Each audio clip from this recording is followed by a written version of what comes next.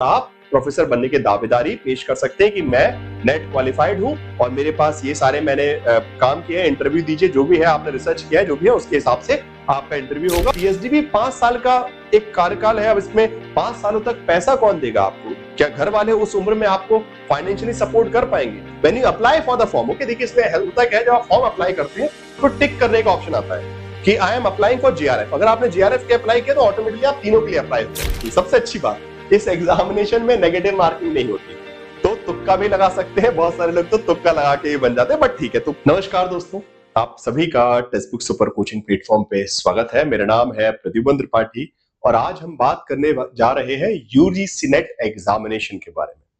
हर साल बहुत सारे विद्यार्थी अपना एमए कंप्लीट करने के बाद या फिर while doing their masters, okay, they aspire for becoming assistant professor, okay, assistant professor बनना चाहते हैं, they aspire to join in the academic line of PhD research and everything, okay, so PhD करना चाहते हैं, शोध करना चाहते हैं, assistant professor बनना चाहते हैं और इन सभी रास्तों की तरफ बढ़ने के लिए एक पहला पड़ाव होता है जिसको हम UGC नेट एग्जामिनेशन कहते हैं।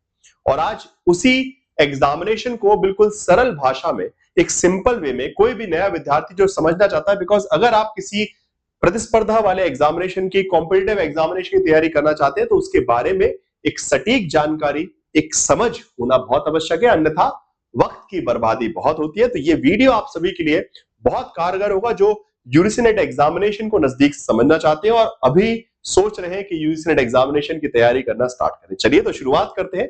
सबसे पहले तो मैं आप सभी से निवेदन करूंगा कि टेक्स्ट बुक सुपर कोचिंग के इस टेलीग्राम ग्रुप में जरूर जुड़ जाइएगा, जिससे यूजीसी नेट एग्जामिनेशन की प्रिपरेशन के रिगार्डिंग आपको सारी महत्वपूर्ण जानकारियां मिलते रहे। तकरीबन 25,000 से ज्यादा विद्यार्थी इस ग्रुप का हिस्सा है, तो डेफिनेटली आप उस कंपटीशन का हिस्सा बन सकेंगे और आप भी उतनी ही सक्रियता के साथ यूजीसी नेट एग्जामिनेशन की या फिर जो भी आपके फ्यूचर ऑब्जेक्टिव है उसकी तैयारी कर सकेंगे। चलिए तो स्टार्ट करते हैं। सबसे पहले यूजीसी नेट, ये एग्जामिनेशन, ये एग्जाम जो है 3 तालों की चाबी है, ठीक है, फाइन। सो 3 बोल सकते हैं, 3 आपके रास्तों को खोलने की चाबी है, जिसमें पहली चाबी है पीएचडी एडमिशन।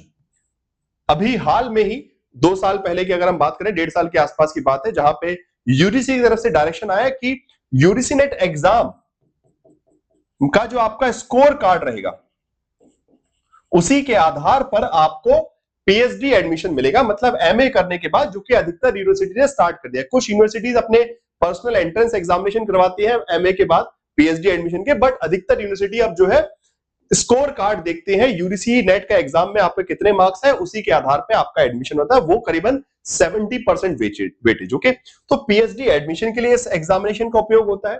दूसरे नंबर पे बात करें तो ये एग्जामिनेशन क्रैक करना, और इस एग्जामिनेशन में तो एक क्वालिफिकेशन है पीएचडी एडमिशन, ओके, इसमें भी 3, सो जो कट ऑफ लिस्ट आती है 3 आती है, ओके, कि आपने कितने, थोड़े से कम मार्क्स है पीएचडी एडमिशन, थोड़े उससे ज्यादा मार्क्स अगर आपके आए तो नेट क्वालिफाई हो गया, उससे और अच्छे मार्क्स आए तो जीआरएफ क्वालिफाई हो गया। अब इसका मतलब क्या है? NET qualify means national eligibility test, राष्ट्रीय स्तर पर आप प्रोफेसर बनने के लिए एलिजिबल हो जाते हैं, असिस्टेंट प्रोफेसर के लिए आप क्वालिफाइड हैं, कि देश में कहीं भी असिस्टेंट प्रोफेसर की वैकेंसी निकलेगी तो आप अपना पर्चा भर सकते हैं और आप प्रोफेसर बनने के दावेदारी पेश कर सकते हैं कि मैं नेट क्वालिफाइड हूं और मेरे पास ये सारे मैंने काम किए हैं, इंटरव्यू दीजिए, जो भी है आपने रिसर्च किया है, जो भी है उसके हिसाब से आपका इंटरव्यू होगा और अगर अच्छा रहा तो आप assistant professor. Okay, so again this is the first necessary step, okay, ये चॉइस नहीं है। Having a net certificate is a compulsory thing for becoming assistant professor in this country. इस देश में कहीं भी प्रोफेसर बनना है तो नेट का सर्टिफिकेट आवश्यक है। तो दूसरी बात जो कि मतलब यूजीसी नेट एग्जाम क्वालिफाई करेंगे तो आप असिस्टेंट प्रोफेसर बनने के लिए क्वालिफाइड है, पीएचडी में एडमिशन लेने के लिए क्वालिफाइड है, और उसके बाद सबसे बड़ा जो इसका सरप्राइज होता है, सरप्राइज नहीं होना चाहिए, सबसे बड़ा जो महत्वपूर्ण चीज है वो है जूनियर रिसर्च फेलोशिप, ठीक है। रिसर्च फेलोशिप का मतलब होता है कि जब आप पीएचडी में एडमिशन तो ले लेंगे, ठीक है, बट पीएचडी भी 5 साल का एक कार्यकाल है। अब इसमें 5 सालों तक पैसा कौन देगा आपको? क्या घर वाले उस उम्र में आपको फाइनेंशियली सपोर्ट कर पाएंगे? तब आता है जीआरएफ, ओके। सो अगर इसी यूजीसी नेट एग्जामिनेशन में आपने बहुत अच्छे मार्क्स आपके आए, सबके अलग अलग कट ऑफ आते हैं, हर सब्जेक्ट के अलग अलग कट ऑफ है कि इतने परसेंटेज के हिसाब से, तो बहुत अच्छे मार्क्स आए तो आप क्वालिफाई करते हैं जीआरएफ। इट मींस कि वंस तुरंत पैसा नहीं मिलेगा, जैसे ही पीएचडी में एडमिशन लिया, okay, you have taken the admission in PhD, you will start getting the monthly stipend. आपको हर महीने 40 से 45,000 तक मिलता है। ठीक है, 40 to 45K, this is UGC net examination, और इसलिए इसका इतना बोलबाला है। ओके, तो सबसे पहले तो मैंने बता दिया यूजीसी नेट के 3 एस्पेक्ट, पीएचडी एडमिशन के लिए उपयोगी है, पीएचडी एडमिशन के लिए, नेट असिस्टेंट प्रोफेसर के लिए, और जेआरएफ स्कॉलरशिप जो कि जिसको बोलते हैं जूनियर रिसर्च फेलोशिप, और बाद में 2 साल के बाद ये सीनियर रिसर्च फेलोशिप भी हो जाती है, जिसमें और पैसा बढ़ जाता है। तो अच्छा खासा एक मोटी कमाई। अगेन ये 5 सालों तक, जब तक आपका पीएचडी चलेगा, अगेन ये स्टार्ट पहले से नहीं मिलेगा कि आपने जेआरएफ क्वालिफाई किया हो गया, नहीं, जेआरएफ के बाद पीएचडी एडमिशन लेना जरूरी है।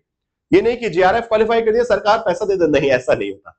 जेआरएफ क्वालिफाई किया, उसके बाद पीएचडी में एडमिशन, और वो जेआरएफ अवार्ड लेटर आप लेके जाएंगे, 3 साल के भीतर कभी भी एडमिशन लीजिए और आपको स्कॉलरशिप मिलना स्टार्ट हो जाएगी पीएचडी की। ठीक है, चलिए अब आगे बढ़ते हैं। अब थोड़ा बात करते हैं कि अब आपने समझते लिए कि इस एग्जाम की उपयोगिता क्या है।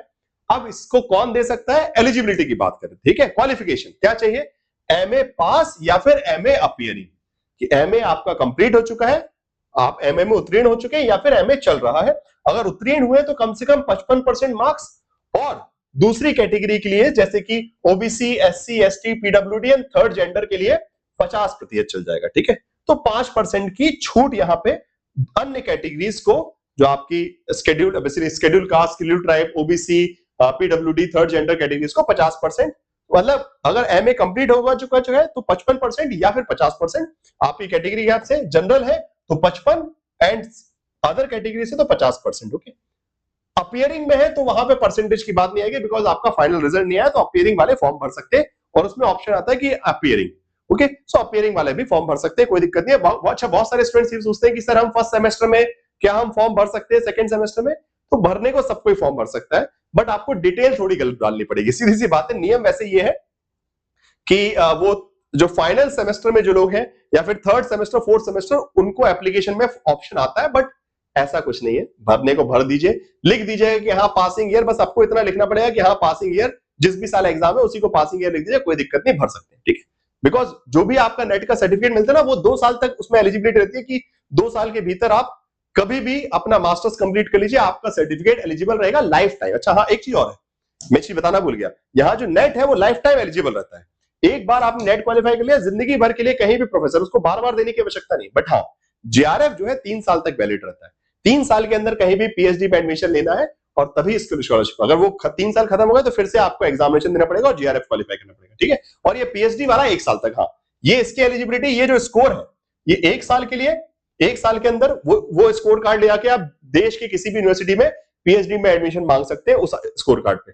ठीक है, हर साल आपको नया स्कोर कार्ड चाहिए। ठीक है, इसका 1 साल वैलिडिटी, इसका लाइफ टाइम वैलिडिटी, और इसकी वैलिडिटी जो है 3 इयर्स होती है, 3 साल। ठीक है, तो जेआरएफ अगर आपने क्वालिफाई किया 3 साल के अंदर आपको कहीं भी पीएचडी में एडमिशन लेना है, नेट क्वालिफाई किया तो लाइफ टाइम कहीं भी असिस्टेंट प्रोफेसर, उसमें कहीं कोई लिमिटेशन नहीं, और पीएचडी एडमिशन मतलब आपका जो स्कोर कार्ड है वो पीएचडी एडमिशन के लिए 1 साल, और फिर अगले साल आपको पीएचडी आप नहीं एडमिशन ले पाए तो फिर आपको फिर से नेट एग्जामिनेशन देना पड़ेगा, और फिर वो नया जो स्कोर कार्ड देगा उसके बेसिस पर आपके मार्क्स कैलकुलेट करेंगे, किए जाएंगे। ठीक है ना, चलिए अब कंटिन्यू करते हैं। तो यहाँ पे हो गया, उसके अलावा जो 4 साल बैचलर्स वाले हैं, या फिर 8 सेमेस्टर वाले, बेसिकली 4 ईयर बैचलर्स वाले हैं, जिन्होंने 4 साल ग्रेजुएशन किया है, वो बेसिकली 75% उनके लिए चाहिए। ठीक है, उनके लिए न्यूनतम 75% है, और उसके बाद कैटेगरी वाइज एग्जाम्पशन मिल जाता है। ठीक है, so these are the qualification. Okay, qualification ध्यान से देख लीजिए, एमए कर लिया हो या फिर कर रहे हो, फॉर्म भर सकते हैं, कोई दिक्कत नहीं, 55%, 50%। ठीक है,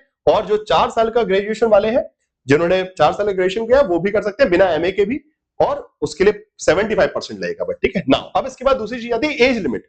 अब एज लिमिट का क्या खेल है भाई, कौन भर सकता है, क्या एज है, तो जेआरएफ के लिए। ठीक है, अब यहाँ पे मैंने 3 कैटेगरी बताई आपको, इसमें इन 2 में कोई एज लिमिट नहीं, यहां एज लिमिट है बस। Okay, so age limit, because यहां पैसे की बात है। ओके, सीधी सी बात है, पैसा है तो भाई एज लिमिट आ जाएगी, बाकी यहां पे कोई एज लिमिट नहीं। So JRF 30 year for the general category के मेल के लिए 30 इयर्स, और बाकी सारी कैटेगरी के लिए OBC, SC, ST, PWD, third gender, और साथ साथ महिलाओं के लिए भी। ओके, और इवन द वुमेन, इन सब के लिए 5 साल का रिलेक्शन मींस 35 ईयर। ओके, तो जो महिलाएं हैं उनको 35 साल, महिलाएं, ओबीसी, एससी, एसटी, पीडब्ल्यूडी और थर्ड जेंडर कैंडिडेट के लिए 35 साल तक की, अगर आप 35 साल तक है तब तक आप apply, because when you apply for the form. Okay, देखिए इसमें होता क्या है, जब आप फॉर्म अप्लाई करते हैं तो टिक करने का ऑप्शन आता है कि I am applying for JRF. अगर आपने जेआरएफ के अप्लाई किया तो ऑटोमेटिकली आप तीनों के लिए अप्लाई हो गए, ठीक है, असिस्टेंट प्रोफेसर के लिए भी और नेट के लिए भी। अगर आपकी एज ऑलरेडी 35 से ऊपर है और आप इस कैटेगरी के बाहर है, सॉरी है, तो फिर आप ऑटोमेटिकली वो टिक ही नहीं होगा। जो फॉर्म में अप्लाई करेंगे टिक करेंगे तो टिक नहीं करेगा अपने। जैसे मान लीजिए आप जनरल कैटेगरी के हैं और आपकी उम्र जो है 30 से 1 महीना ज्यादा हो गई, और वो भी जो ईयर उम्र होती है, अच्छा हाँ, एक चीज कंफ्यूजन आता है कि उम्र कब से कैलकुलेट होती है, तो उम्र कैलकुलेट होती है जिस महीने एग्जामिनेशन है। मान लीजिए जून में एग्जाम हुआ, ठीक है, जून 2025 में एग्जामिनेशन हुआ, तो 1 जून के हिसाब से वो डेट कैलकुलेट कर लेंगे कि 1 जून को आपकी एज क्या थी, कि मैं अपनी 30 साल की एज कब तक काउंट करूं। तो सवाल का जवाब है जिस महीने एग्जाम, मान लीजिए दिसंबर में एग्जाम, दिसंबर महीने में हो रहा है, दिसंबर 2025 में, तो 1 दिसंबर को आपकी एज क्या है उसके हिसाब से आपकी उम्र कैलकुलेट की जाएगी, 30 है कि 35 है उस हिसाब से कैलकुलेट करिए। ओके, तो जनरल कैटेगरी मतलब सीधी बात है पुरुष मेल के लिए 30 साल जनरल, और बाकी सारी कैटेगरीज के लिए जो है आपका 5 साल का रिलैक्सेशन मिल जाता है। नेट में कोई लिमिट नहीं और पीएचडी में भी कोई लिमिट नहीं, आराम से जब तक देना चाहे दे सकते हैं, ठीक है ना। अब इसके बाद आगे चलते हैं, कुछ और इंपॉर्टेंट एरियाज को कवर करते हैं ना। डिफरेंस भी है जो मैंने बता दिया कि भाई जेआरएफ में स्कॉलरशिप मिलती है पर मंथ पीएचडी करते time, net qualification is for vacancy life time है, जीवन भर के लिए।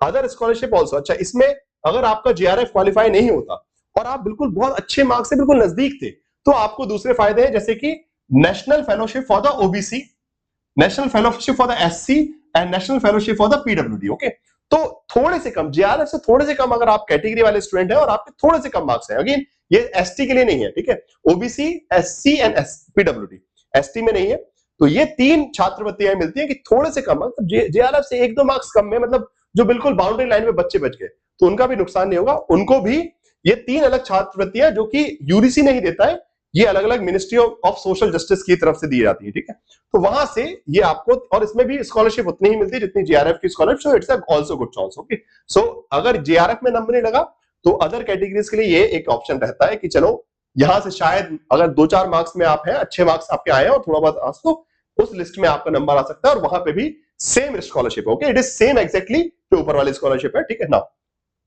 अच्छा, अब इसके लिए ये स्कोर जो है आपके पीएचडी एडमिशन के लिए भी रिक्वायर्ड होगा था। अच्छा, ये सब तो हो गया बेसिक बेसिक चीजें। अब जरा एग्जाम पैटर्न वगैरह बाकी सारी चीजें बता देता हूं, और जाके हाँ, जिनको तैयारी करनी है, बिकॉज ये भी मन में सर आप इतना सब कुछ बता रहे हो कि ये कैसे एग्जाम वगैरह, बट एडमिशन तैयारी कैसे करेंगे, तो एडमिशन के लिए टेक्स्ट बुक सुपर कोचिंग पे फाउंडेशन बैचेस है, ठीक है, उसकी टेंशन नहीं है, टेक्स्ट बुक सुपर कोचिंग पे जुड़ जाइएगा, एडमिशन ले लीजिएगा, आपको दिसंबर के लिए अपना एडमिशन वगैरह मिल जाएगा। जब भी आप वीडियो देखें, जब भी एडमिशन लेना चाहे, टेक्स्ट बुक सुपर कोचिंग पे आपको एडमिशन मिल जाएंगे।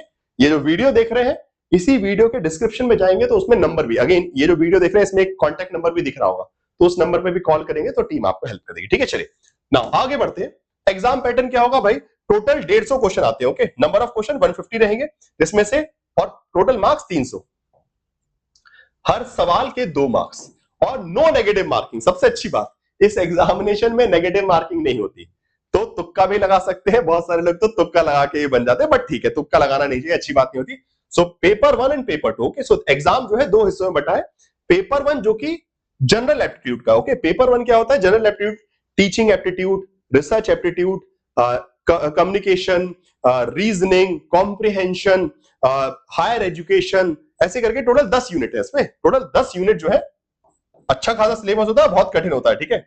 10 units are there in this, okay. और सिमिलरली आपका पेपर 2 जो भी आपने मास्टर्स में रहा है, अब पेपर 2 में क्या रहेगा, जैसे कि आप पॉलिटिकल साइंस किया है तो पॉलिटिकल साइंस, हिस्ट्री किया है तो हिस्ट्री, ज्योग्राफी किया है तो ज्योग्राफी, कॉमर्स किया है तो कॉमर्स, मतलब एमए जिस सब्जेक्ट से किया है वही आपका पेपर 2 रहेगा, ठीक है। तो आपका जो एमए का सब्जेक्ट है दैट इज योर पेपर 2, उसके 100 सवाल रहेंगे आपके सब्जेक्ट के। अगेन देयर आर यूनिट, हर यूनिट का सिलेबस है, अब ऐसे नहीं कि रैंडमली कुछ भी पूछ लेंगे, सिलेबस है। तो 100 क्वेश्चन आपके सब्जेक्ट के आएंगे, 50 क्वेश्चन जनरल होंगे जो सबके लिए सेम होते हैं, ठीक है, जो कि ठीक है। तो टोटल 3 घंटे का पेपर, 180 मिनट, 150 सवाल, ठीक है, 150 क्वेश्चन और 180 मिनट। अच्छा, अब इसके आगे अगर हम बढ़ते हैं, सिलेक्शन क्राइटेरिया क्या रहेगा, ठीक है।